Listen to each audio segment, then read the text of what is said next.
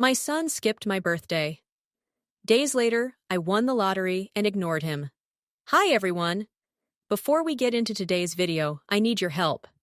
We've noticed that the channel's reach has been dropping a bit, and one of the best ways you can support us is by subscribing. It's quick, free, and helps us keep bringing you new and interesting stories. Your support means the world to us, and together we can grow this channel. Thank you so much. Now let's get to today's story. I'm writing from a temporary account for obvious reasons, and I've changed some details to protect my anonymity. The cake was chocolate with vanilla frosting, just the way Daniel liked it. I'd baked it myself that morning, following the same recipe I'd used for every one of his birthdays since he was 3 years old. 32 years of cakes, 32 years of blown-out candles, and wishes whispered into smoke. But this cake wasn't for him. This one was for me. It was my 60th birthday, and my son had promised he'd come. I set the table carefully. The good china I'd inherited from my mother, cloth napkins I'd ironed that morning, flowers from the corner store arranged in a vase Daniel had made in pottery class when he was 7. The handle was crooked, the glaze uneven, but I'd kept it all these years. I kept everything. I made his favorite meal pot roast with potatoes and carrots, the way he used to ask for when he lived at home. The meat had been expensive, a splurge on my fixed income, but I didn't mind. How often does your only child come to visit? How often do you turn 60? The table was set for two. 2 plates, 2 glasses, 2 sets of silverware catching the afternoon light through my kitchen window. I stood back and looked at it, this small celebration I'd prepared, and felt a flutter of happiness in my chest. He'd be here at 5, he'd said. We'd eat dinner, cut the cake, maybe watch a movie like we used to. It had been 4 months since I'd seen him.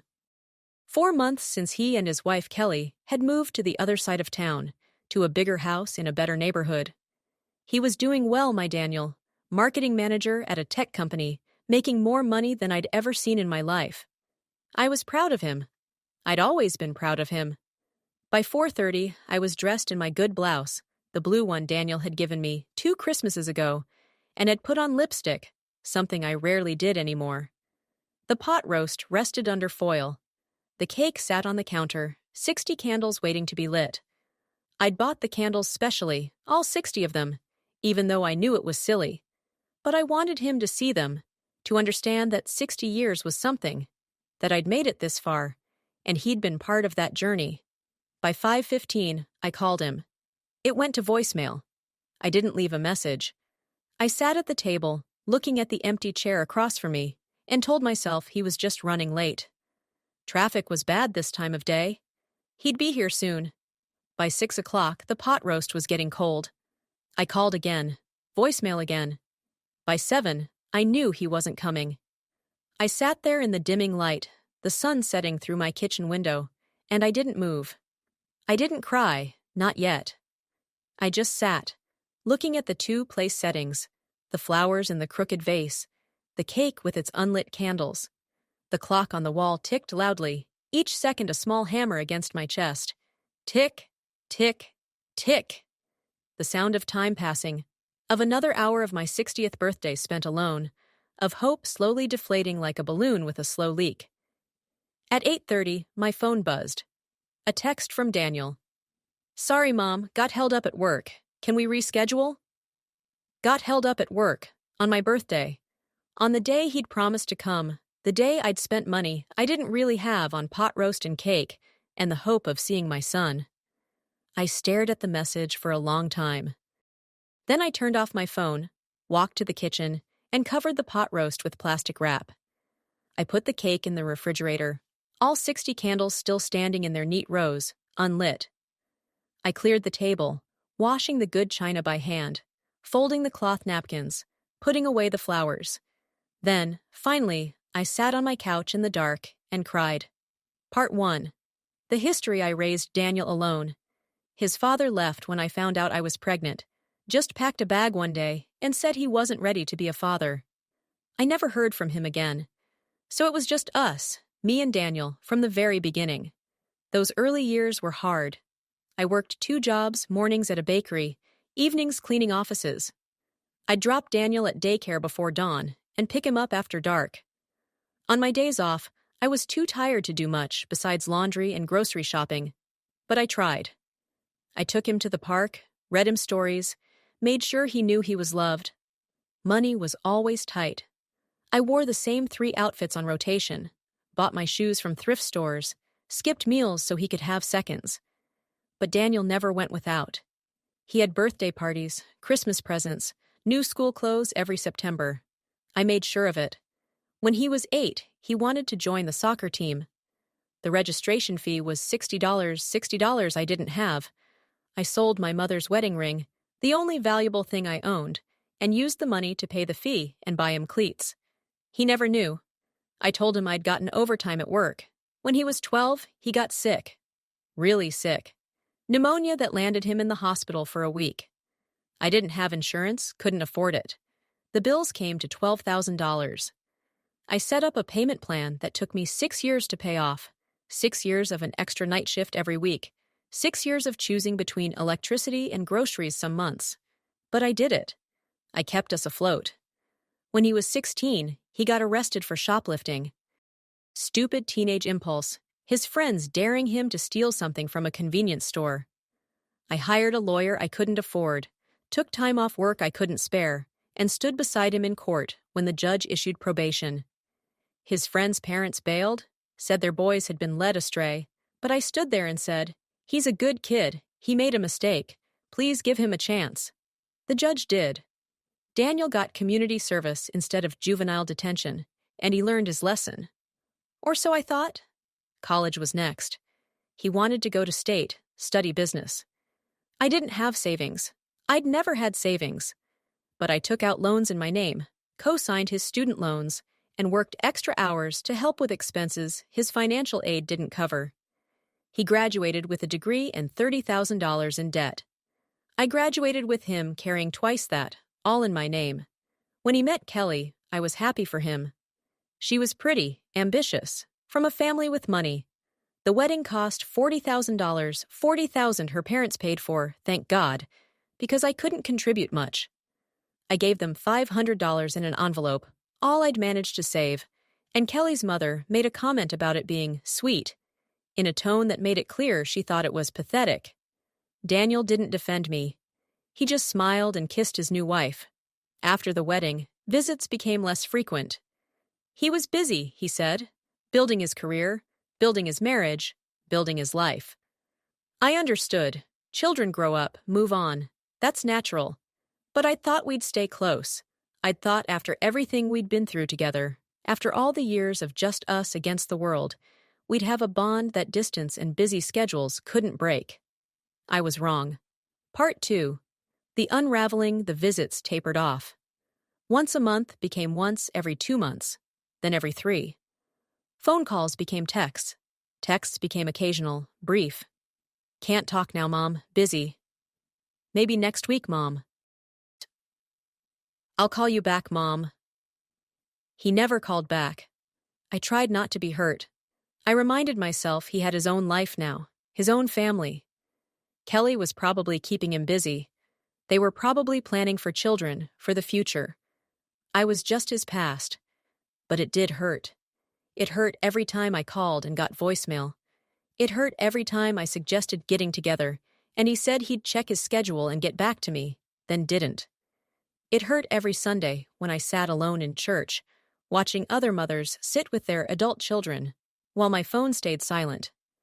I still sent him money sometimes, when he texted that their car had broken down and repairs were expensive, when Kelly needed dental work that insurance didn't cover, when they were short on rent one month because he'd been between jobs. I'd send what I could, taking it from my grocery budget, my utility budget, my tiny emergency fund that never seemed to grow. He always said thank you. He always said he'd pay me back. He never did. My friends told me to stop. He's taking advantage, they said. He's a grown man with a good job. He doesn't need his mother's Social Security check. But he was my son. What was I supposed to do? Say no? Let him struggle when I could help? So I kept helping, and he kept taking, and the distance between us kept growing. The birthday invitation was my idea. Daniel, I'd said, calling him 3 weeks in advance. My 60th is coming up. I'd really love to see you. Can you come for dinner? I'll make pot roast. There was a pause. Sure, Mom. Yeah, that sounds nice. What day? I told him. He said he'd be there. I believed him. 3 weeks I spent looking forward to it. 3 weeks of planning the menu, buying the ingredients little by little, making sure everything would be perfect. 3 weeks of imagining his face when he saw the cake, heard the stories I wanted to tell him about turning 60, about getting older, about being grateful for life. And he didn't come. He texted 3.5 hours late with an excuse so casual, so thoughtless. It was worse than silence would have been. Got held up at work. Not, I'm so sorry. Not, I feel terrible. Not, can I come tomorrow instead? Just a brief text that made it clear I ranked somewhere below work, below convenience, below whatever else had occupied his evening. I turned off my phone and went to bed early, crying into my pillow so quietly my neighbors wouldn't hear through the thin walls of my apartment building. The next morning, I woke up and saw 17 missed calls from Daniel's number and 12 text messages, all increasingly frantic. Mom, please answer. Mom, I'm really sorry about yesterday. Mom, please don't be mad. Mom, it's important. Call me back. Mom, seriously, I need to talk to you. I deleted them all without reading the rest. Then I turned off my phone again. Let him wait. Let him wonder. Let him feel a fraction of what I'd felt sitting at that table alone. Part 3. The letter. On the third day after my birthday, I went to check my mail. There was the usual assortment bills, advertisements, and a large envelope with the state lottery logo. I'd forgotten I'd even entered. It was something I did once a month, spending $2 on a ticket, a tiny indulgence that I told myself was harmless. I never won. Not in 15 years of playing. But it was a small dream, a what-if that cost less than a coffee. I opened the envelope standing right there by the mailboxes, expecting another "sorry, you didn't win" notice. Instead, I read the words 3 times before they made sense. Congratulations! You are a winner! The amount was printed in large, bold numbers. $3,200,000. $3,200,000. I stood there, holding the letter, and the world seemed to tilt slightly. $3 million. More money than I'd earned in my entire 60 years of life. More money than I'd ever even imagined having. My hands were shaking as I walked back to my apartment. I spread the letter out on my kitchen table, the same table where I'd waited for Daniel 3 days ago, and stared at it. This had to be a mistake, a scam. Something. But the letter had instructions, official-looking signatures, a phone number to call to claim the prize. I called, my voice trembling, and spoke to a woman who confirmed it. Yes, my ticket had won. Yes, the amount was correct. Yes, I needed to come to the state lottery office to claim it and go through the process. After I hung up, I sat in silence for a long time. $3 million. Enough to never worry about money again. Enough to fix everything that was broken in my life. The leak in my bathroom. The car that barely started. The credit card debt from all those years of helping Daniel. Enough to finally stop struggling. I cried then, but these weren't tears of sadness. They were tears of relief, of shock, of something like disbelief, mixed with desperate hope that maybe, just maybe, life was finally giving me something back. I didn't tell anyone. Not my friends, not my sister, not Daniel. I went to the lottery office alone, signed the papers, chose the lump sum payment, and set up a new bank account. The money would be transferred within 2 weeks, they said. After taxes, I'd have about $2 million. $2 million. I walked out of that office feeling like I was floating. For the first time in 60 years, I didn't have to worry. I didn't have to check my bank balance before buying groceries. I didn't have to choose between heating and medication. I didn't have to say yes every time my son asked for money, because saying no might make him disappear entirely. I was free. Part 4. The phone call. I didn't turn my phone back on until the next day. When I did, there were 43 missed calls from Daniel. 43, in 4 days. There was also a voicemail from Kelly, his wife. Her voice was sweet, concerned. "Hi, Mom. Can I call you Mom? It's Kelly. Daniel is really worried about you. We both are. You're not answering your phone, and we just want to make sure you're okay. Please call us back. We love you. We love you." She'd never said that before. In 5 years of marriage to my son, Kelly had never once told me she loved me. I listened to Daniel's voicemails next. The first few were apologetic, worried. "Mom, I'm so sorry about your birthday. Please let me explain. Please call me back." But by the 10th or 11th, the tone changed. "Mom, this is getting ridiculous. I said I was sorry. You're being dramatic." And by the last one, "Fine, Mom, be that way. But you can't ignore me forever." I could, actually, and I was starting to think I would.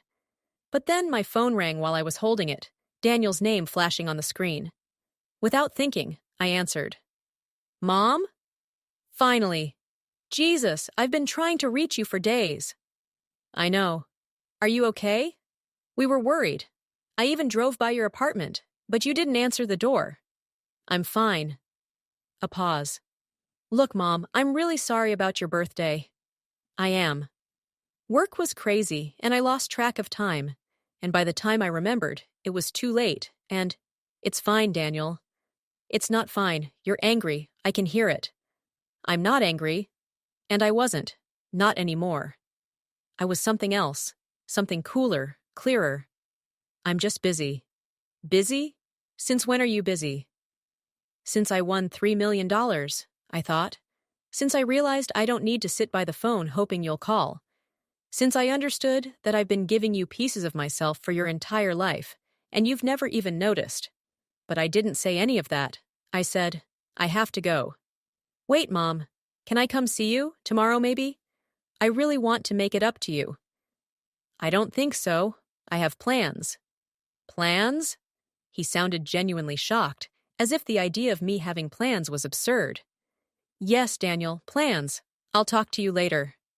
I hung up before he could respond. My heart was pounding. I'd never done that before, never cut him off, never set a boundary, never said no. It felt terrifying and exhilarating at the same time. He called back immediately. I didn't answer. Part 5. The visit. 3 days later, he showed up at my apartment. I'd just come back from the bank, where I'd met with a financial advisor about my new situation. The money had been transferred. $2.1 million sitting in my account, making the numbers on the screen look like a mistake. The advisor had suggested investments, retirement accounts, trust funds. I'd nodded and signed papers, still feeling like I was in a dream. When I got home, Daniel's car was parked outside my building. He was leaning against it, scrolling through his phone. When he saw me, he straightened up, pasting on a smile. "Mom, there you are. I was just about to leave." "What are you doing here, Daniel?" "I wanted to see you, to apologize properly. Can I come up?" I wanted to say no. But habit is strong, and despite everything, he was still my son. Fine. We went up to my small apartment, and I saw him looking around with that familiar expression, faint pity, mixed with relief that he'd escaped this life. He'd grown up here, in this building, in a unit just like this one 2 floors down. Now he lived in a house with a yard and a 2-car garage. "Coffee?" I asked. "Sure." I made coffee in my old percolator, the same one I'd used to make him hot chocolate before school when he was little. We sat at the kitchen table, the table with 2 place settings that he'd never seen, because I'd cleared it before he came the night of my birthday. "Mom, I really am sorry. I screwed up. I should have been here." "Yes, you should have." He looked surprised by my bluntness. Usually I made excuses for him, told him it was okay, that I understood. Not today. "I'll make it up to you, I promise. Kelly and I want to take you to dinner, somewhere nice, your choice." "That's not necessary." "Mom, come on, let me do this." I sipped my coffee. "Why, Daniel? What do you mean, why?" "Because I feel bad.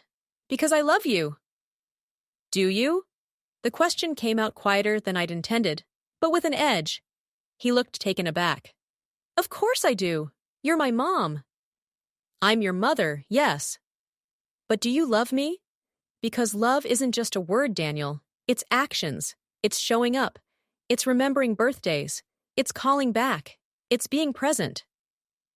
I've been busy. Everyone's busy. That's life. But people make time for what matters to them. He shifted uncomfortably. That's not fair. I've had a lot going on. You've always had a lot going on. You've been busy for 5 years. But you're never too busy to call when you need money. His face flushed. That's not... I've paid you back for most of that. No, Daniel, you haven't. Not a single dollar. Silence. Look, he said finally. I didn't come here to fight. I came to apologize and to check on you. We heard from Mrs. Patterson next door that you've been acting strange lately. Strange how? She said you came home the other day looking happy. Glowing, she said. She thought maybe you'd met someone. I almost laughed. Mrs. Patterson, the neighborhood gossip, had noticed my mood change. Of course she had. I'm fine, I said. Better than fine, actually. Good. That's good. He paused, and I saw something shift in his expression, a calculation.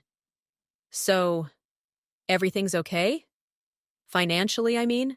Because Kelly and I were talking, and we know money's been tight for you, and we want to help. There it was, the real reason for the visit. Not apology, not love, but money. Or rather, the assumption that I needed it. Actually, Daniel, I'm doing well. Very well. Really? He looked skeptical. Because you're still in this apartment, still working part-time at the bakery. Not anymore. I quit yesterday. His eyebrows rose. You quit? Mom, how are you going to... I don't need to work anymore. The words hung in the air. Daniel stared at me, confused, and I watched him process it. Watched him try to figure out how his mother, who'd been broke his entire life, who'd worked 2 jobs and sold jewelry and taken out loans for him, suddenly didn't need to work. I don't understand, he said slowly. I won the lottery. More silence. Then, you what? I won the lottery, $3.2 million. Well, 2.1 after taxes. His mouth opened, closed, opened again. You're joking. No. Mom, that's incredible. He stood up, came around the table like he was going to hug me, but I leaned back, and he stopped. When did this happen? Last week. I got the letter the day after my birthday. Something flickered across his face when I said that. Guilt, maybe, or just the awareness of the irony. Mom, this is amazing. This changes everything. You can finally relax, stop worrying, maybe buy a nice place, travel. Yes, I can. We should celebrate. Let me take you out, let's... Daniel. I said his name quietly, but firmly. Why are you here? What? I told you to apologize. No. Why are you really here? Because you've been too busy to see me for 4 months. You couldn't spare 3 hours for my 60th birthday. But now, suddenly, you're here. Why? He looked uncomfortable. I told you, I felt bad about missing. You found out about the money. No, Mom, that's not... Someone told you. Mrs. Patterson, probably. Or maybe the bank teller or the lottery office administrator. Small town, news travels. And suddenly, you're very interested in your mother's well-being. That's not fair. His voice rose. You're my mom. Of course I care about you. Where were you on my birthday, Daniel? I told you, work. Where were you really? He looked away. Kelly's parents had a dinner. For her dad's retirement. It was planned months ago. So you chose her family over yours. It wasn't like that. I was going to come see you after, but the dinner ran late, and I had work early the next morning, and I didn't matter enough. Be honest, Daniel. I've never mattered enough. His face crumpled, and for a moment, he looked like the little boy I'd raised, scared and sad. Mom, please, don't say that. It's true, though, isn't it? You love me the way you love convenience.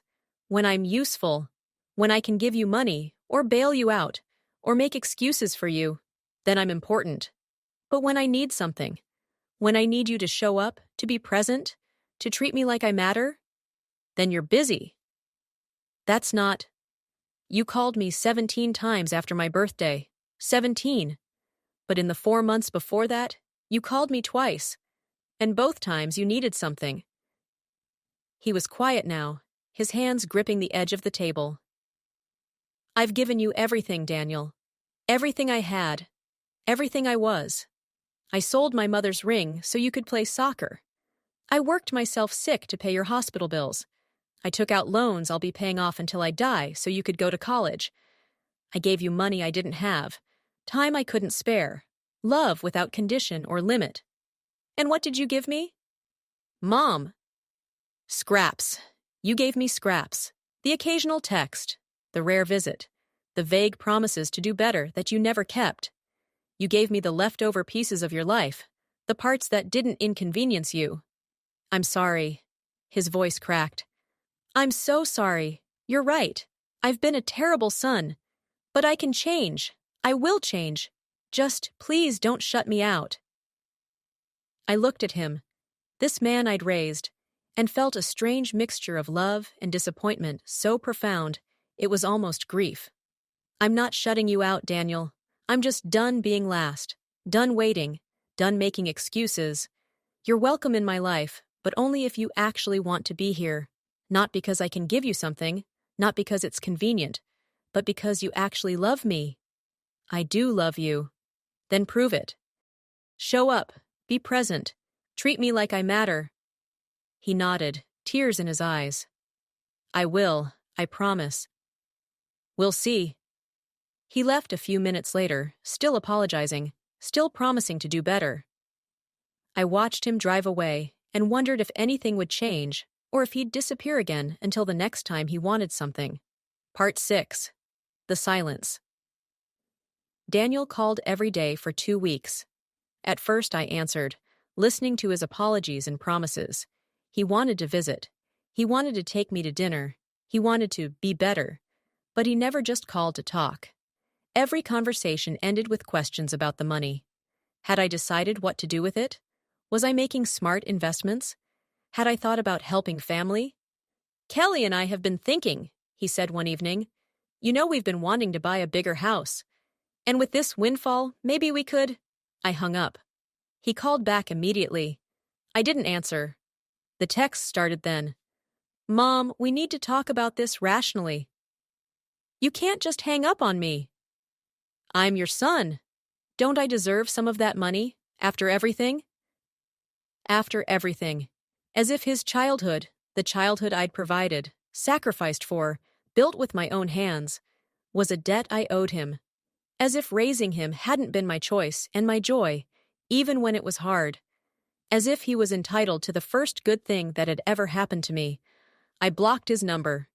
Kelly tried next, her messages sweet and concerned. Mom, Daniel is really hurt. He just wants what's best for you. We're family. Family helps each other. I blocked her too. My sister called, confused. Daniel's been calling me, asking if you're okay. What's going on? I won the lottery, I told her. And Daniel suddenly remembered I exist. She was quiet for a moment. How much? Does it matter? No, but it explains the sudden interest. She paused. What are you going to do? I don't know, but not this. Not waiting around for someone who only values me when I have something to give. Good, she said firmly. It's about time. I started making plans. Real plans for me, for the first time in 60 years. I hired a financial advisor, a lawyer, a real estate agent. I looked at houses in other cities, places I'd always wanted to live but had never been able to afford. Beach towns, mountain towns, quiet places where nobody knew me, and I could start fresh. I enrolled in art classes, something I'd always wanted to do. I bought nice clothes, not from thrift stores. I went to restaurants and ordered whatever I wanted without checking the prices. I got my hair done professionally. I bought a new car, not fancy, but new, reliable, mine. And I didn't answer my son's calls. Part 7. The confrontation, 2 months after I'd blocked him, Daniel showed up at my apartment again. This time, he didn't look apologetic. He looked angry. "You blocked me?" he said when I opened the door. "Your own son?" "Yes." Mom, that's insane. What's wrong with you?" "Nothing. For the first time in my life, nothing is wrong. Can I come in?" "No." He blinked, taken aback. "No?" "No, Daniel. You can't come in. You're not welcome here right now." "I'm your son." "And I'm your mother. But that doesn't mean you get to treat me badly and still have access to my life." "Treat you badly?" "I apologized. Multiple times. What more do you want?" "I want you to mean it. I want you to understand what you did, what you've been doing for years. This is about money." He shook his head. "You win the lottery, and suddenly you're too good for your own family." "No, Daniel. This is about you missing my 60th birthday and then calling 17 times once you found out I had money. This is about 5 years of broken promises and empty words. This is about me finally understanding that I deserve better." "Better than your son?" "Better than someone who only loves me when it's convenient." His face flushed with anger. "I've always loved you." "No. You've always needed me." "There's a difference." "That's not fair. I was a kid. Kids need their parents. That's not wrong." "You're right. It's not wrong. But you're 32 years old, Daniel. You're not a kid anymore. And somewhere along the way, you stopped needing me and started using me." "Using you? I never—" "Every time you called, it was for money. Every visit, you left with something. Every conversation ended with you asking for help. But the one time I asked something of you, just to show up, just to spend a few hours with me on my birthday, you couldn't be bothered." "I explained that. It was Kelly's father's."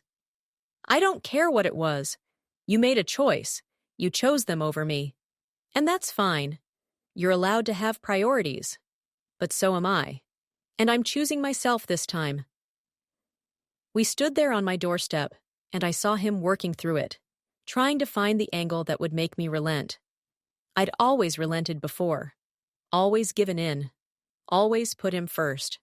"What about all I did for you?" he said finally. "I took care of you when you were sick. I helped you move. When was I sick, Daniel?" He faltered. "That time, a few years ago. I had the flu 5 years ago. You called once to check on me, then didn't call back. I took care of myself. I helped you move. You were supposed to help. You said you'd bring your truck and help me pack. You canceled last minute. I hired movers." He had no response to that. "You've rewritten history in your head," I said quietly. "You've convinced yourself you were a good son, that you did enough, that you earned my unconditional support. But Daniel, you didn't earn it. I gave it freely because I loved you, and you took and never thought to give back. So that's it? You're just cutting me off?" "I'm not cutting you off. You're welcome in my life, but only if you're actually here. Not just physically, but emotionally. Not just when you want something, but when I need you too. Not as a transaction, but as a relationship." "And the money?" His voice was bitter now. "You're just going to keep it all for yourself?" There it was. The real question. "Yes, Daniel, I am. This money is mine. I won it. And for the first time in 60 years, I have security. I have choices. I have freedom. And I'm not giving that up for anyone, not even you. What about us? Kelly and I have been struggling with—" "Get a second job, cut expenses, do what I did for 32 years while I was raising you." I stepped back into my apartment. "You're a grown man, Daniel. Figure it out." I closed the door before he could respond. I heard him standing there for a moment, then footsteps retreating down the hall. I sat down at my kitchen table and cried.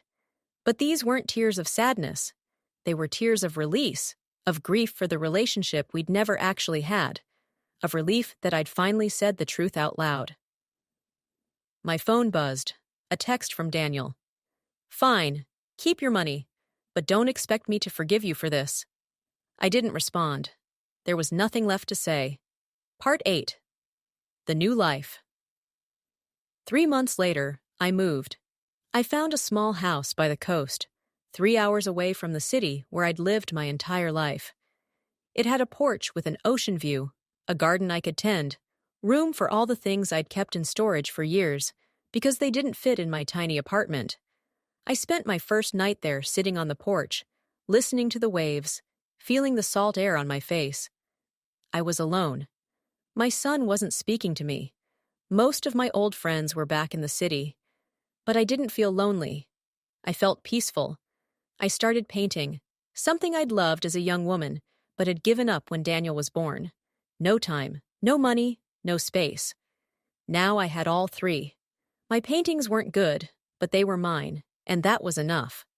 I made new people from my art class, neighbors, the woman who ran the coffee shop I visited every morning.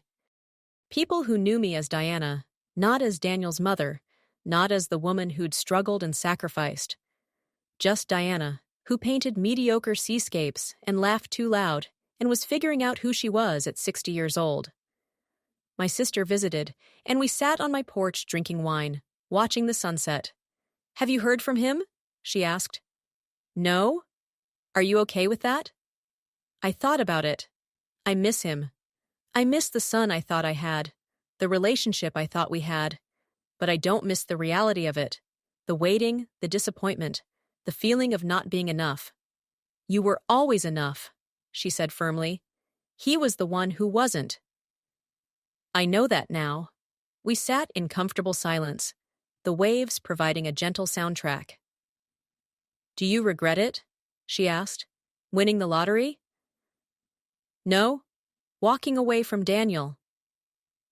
I considered the question. Did I regret it?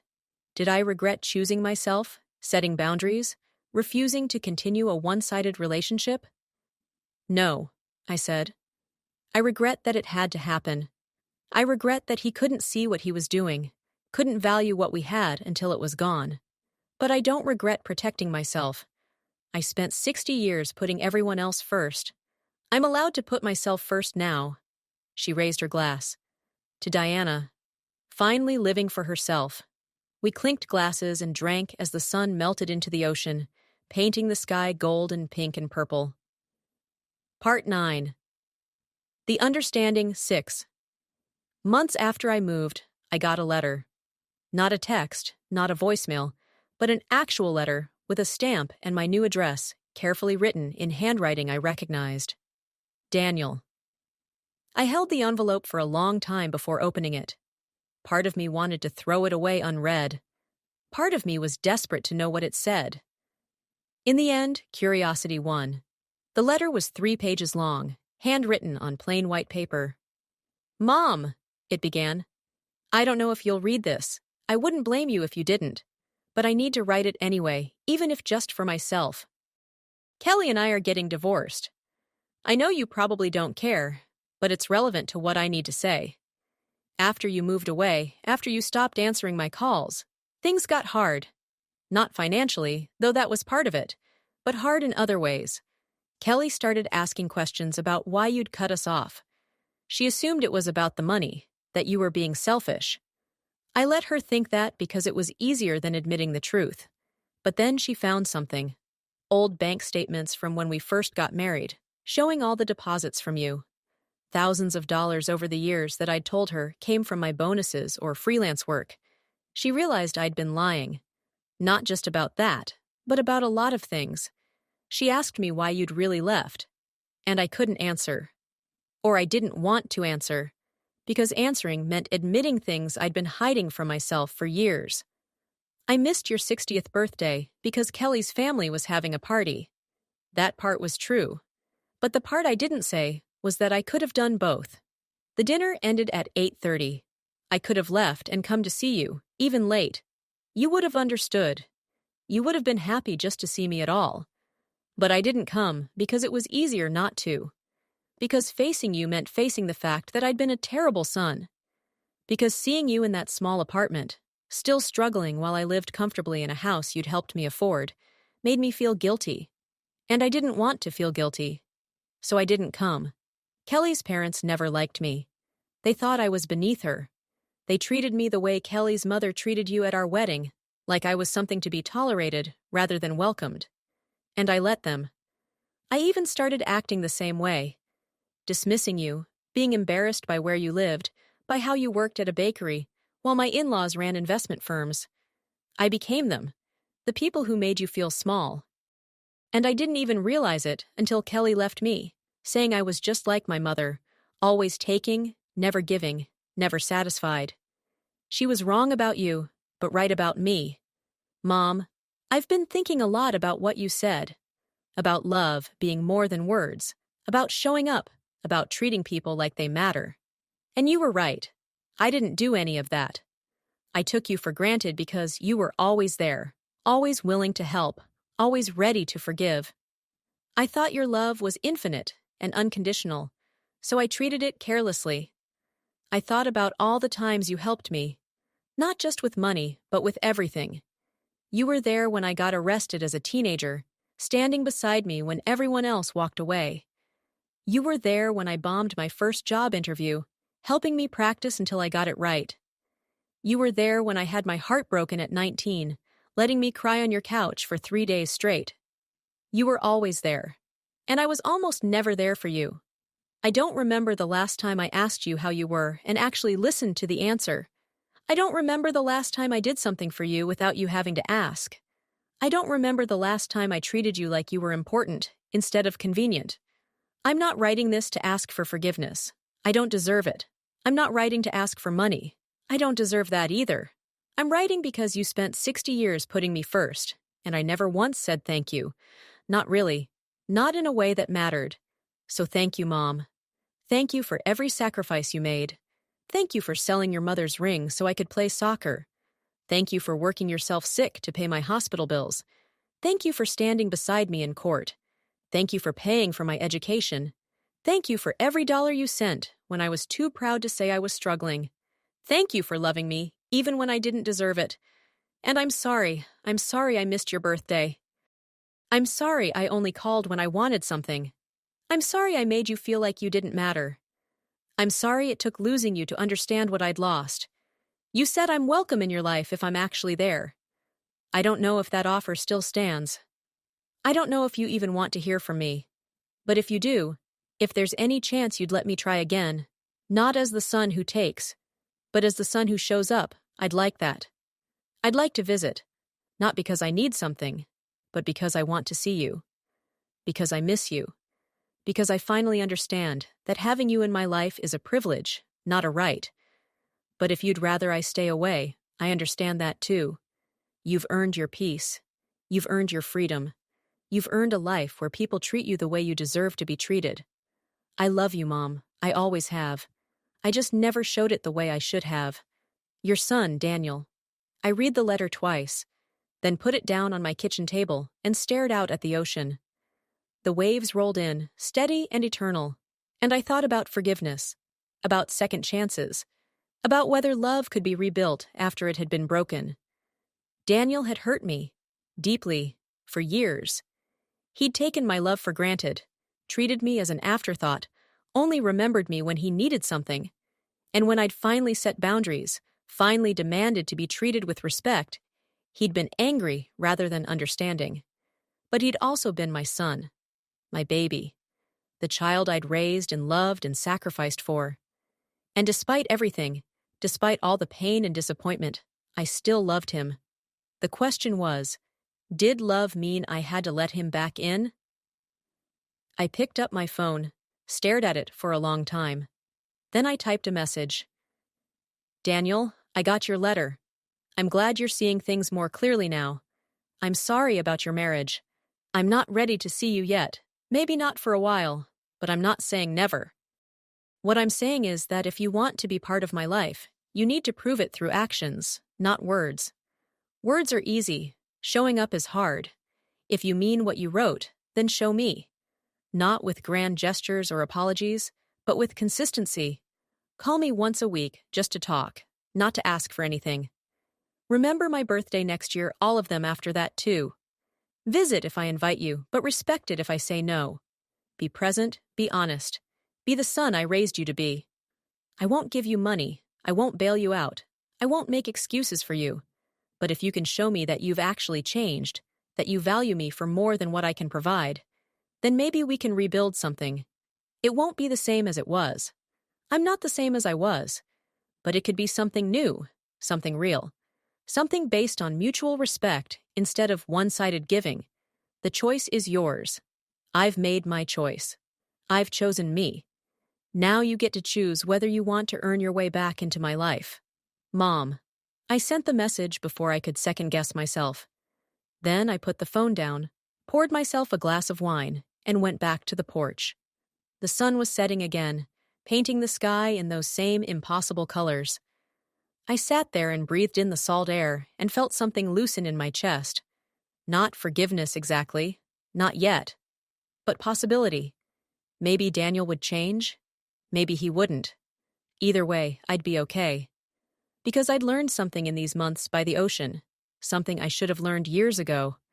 I didn't need anyone else to make me whole. I didn't need my son's approval or presence or love to have value. I had value all on my own. Epilogue. 1 year later, Daniel called me every Sunday for a year. At first, the calls were awkward, stilted. We didn't know how to talk to each other without the old patterns, him asking, me giving. But slowly, week by week, we found a new rhythm. He told me about his life. The divorce, the therapy he'd started, the new apartment he'd rented that was smaller than anything he'd lived in since college. He told me about his job, his friends, the ways he was trying to become a better person. And I told him about mine, about painting and the art classes and my new friends, about the garden I was growing, the books I was reading, the life I was building that was entirely my own. He remembered my 61st birthday. He sent flowers, not expensive ones, just a simple bouquet with a card that said, "Happy birthday, Mom. Thinking of you." I cried when they arrived, but they were good tears. 3 months after that, he asked if he could visit. "Just for the day," he said. "I'll drive down, we can have lunch, and I'll drive back. No pressure, only if you're comfortable." I said yes.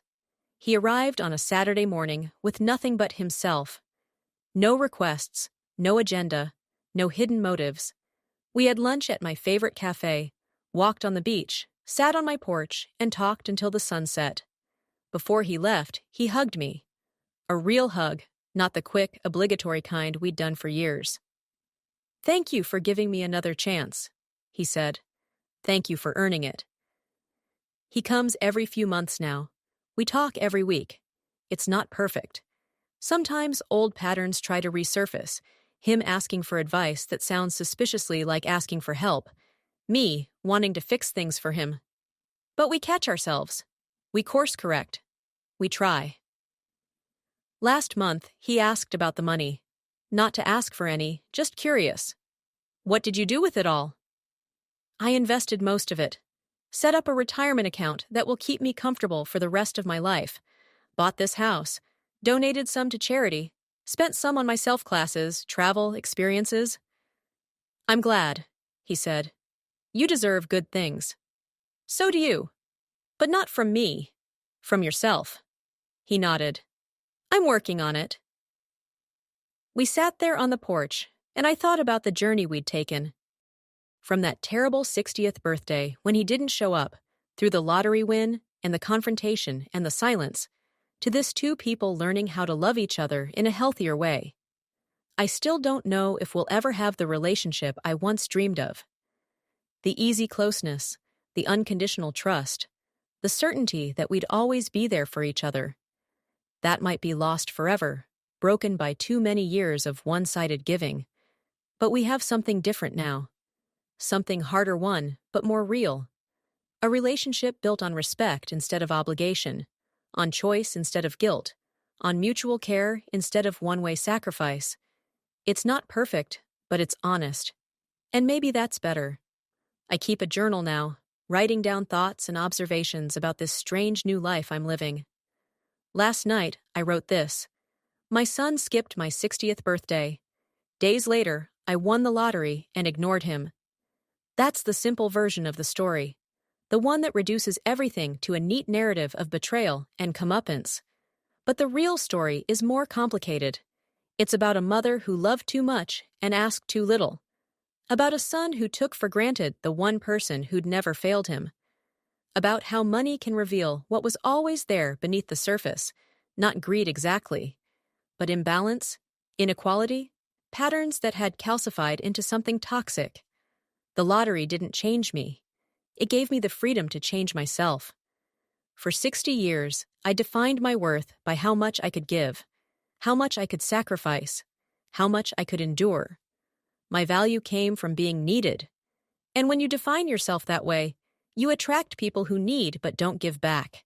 You train them to take because you never teach them to reciprocate. The lottery gave me financial freedom, but more than that, it gave me permission to want more, to demand more, to understand that I deserved more than scraps and empty promises. I don't regret the years I spent sacrificing for Daniel. He was my son. I loved him. That love was real and true, even if it was unbalanced. But I also don't regret walking away when I realized the relationship was hurting more than helping. Some people will say I was cruel, that you don't give up on family, that a mother's love should be infinite and unconditional. But here's what I've learned. Unconditional love doesn't mean unconditional access. I can love my son and still have boundaries. I can want the best for him and still refuse to sacrifice myself for him. I can be his mother and still be my own person. The lottery didn't buy me happiness. It bought me choices. And I chose myself. That doesn't make me selfish. It makes me human. Daniel is learning to be human too. Learning that relationships are reciprocal, that love requires effort, that taking people for granted has consequences. It's a hard lesson. I don't envy him the learning of it. But I'm proud of him for trying. And I'm proud of myself for holding the line, for not caving when he was angry, for not rushing back when he apologized. I'm 61 years old, and I'm finally learning that my worth isn't measured by what I can give to others. It's inherent. It exists whether anyone recognizes it or not. My son skipped my birthday. I won the lottery. And in the silence that followed, I found myself. That's the real story, not revenge, not justice. Just a woman learning, finally, that she matters. I close the journal and set it aside. Tomorrow, Daniel will call for our Sunday conversation. I'll answer, and we'll talk about our weeks, our lives, the small moments that make up existence. It won't be perfect, but it will be real. And after 61 years of pretending everything was fine when it wasn't, real is enough. The sun is setting over the ocean, painting everything gold. I sit on my porch, wrapped in a blanket, and watch the day end. Another day of this new life, another day of being free. I am 61 years old. I live by the ocean. I paint mediocre seascapes and drink good wine and talk to my son once a week on my terms. I won the lottery. But the real prize wasn't the money. It was learning, finally, that I was worth fighting for, and that the person who needed to fight for me most was myself.